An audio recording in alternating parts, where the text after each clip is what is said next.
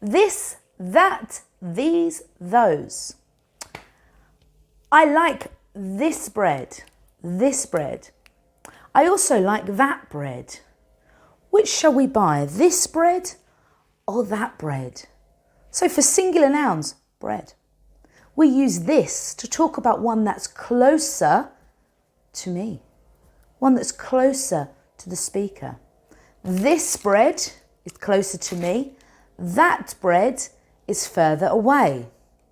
I record my videos in this room, but I teach English in that room.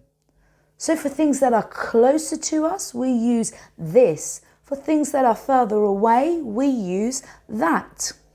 For plural nouns, these are my glasses. Those are my sunglasses.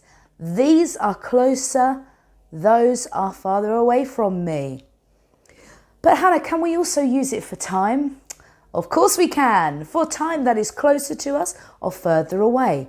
For example, I am working this week, but that week I'm going on holiday. So this week I'm working, that week I'm going on holiday. So this, that, these, those.